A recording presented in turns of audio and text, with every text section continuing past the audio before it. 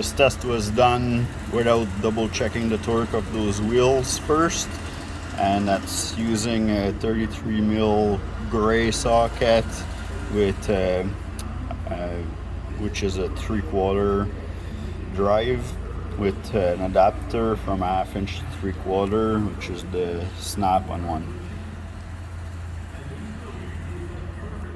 I know we lost a little bit of torque with the adapter, but I think it's just rated like 10% lost or something like that. Hey, Ben Ryobi review here. So today I got the PBL IW01. That's the iTorque 1/2 inch drive impact driver, impact wrench I mean. And then we're going to try to see how many wheel nuts we will take out of that transport truck here. So those tires are Michelin 11R 22.5. Those wheel nuts take a socket of 33mm. So those wheel nuts are torqued at 500 foot-pound. Get the 4 amp-hour battery here, fully charged. We're gonna see how many wheel nuts we can take off with this this fully charged battery.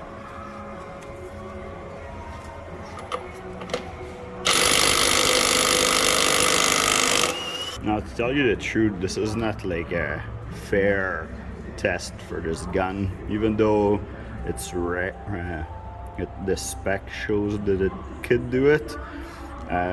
This is still just an 1/2 inch gun, right? And that's like a 1 inch real tire gun. So this actually pulled out, it's rated for 2,100 foot-pound, while this is rated for 1,170. So, and sometimes even this IR cannot take those wheel nuts off. And like I said earlier, like I don't know what they were at before I started this.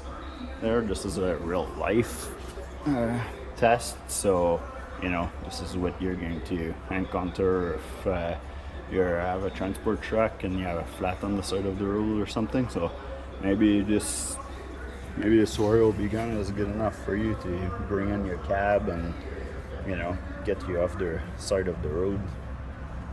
But really, like for everyday shop, you should use a nice sized gun like this, right?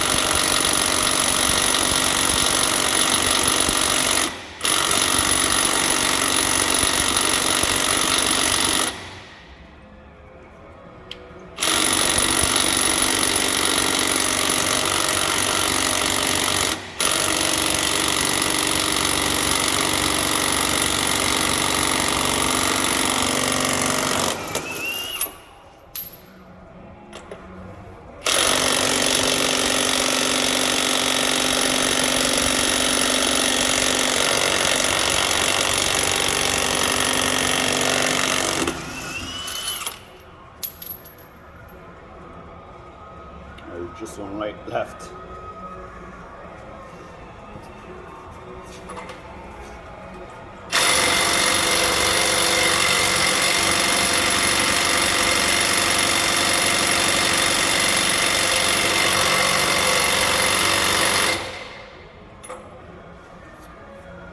That's it. So we just did 10.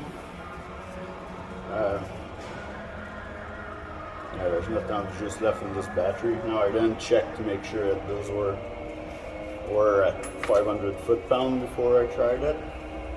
They were put in by a tire guy on the side of the road, so they might be a little bit higher, they might not.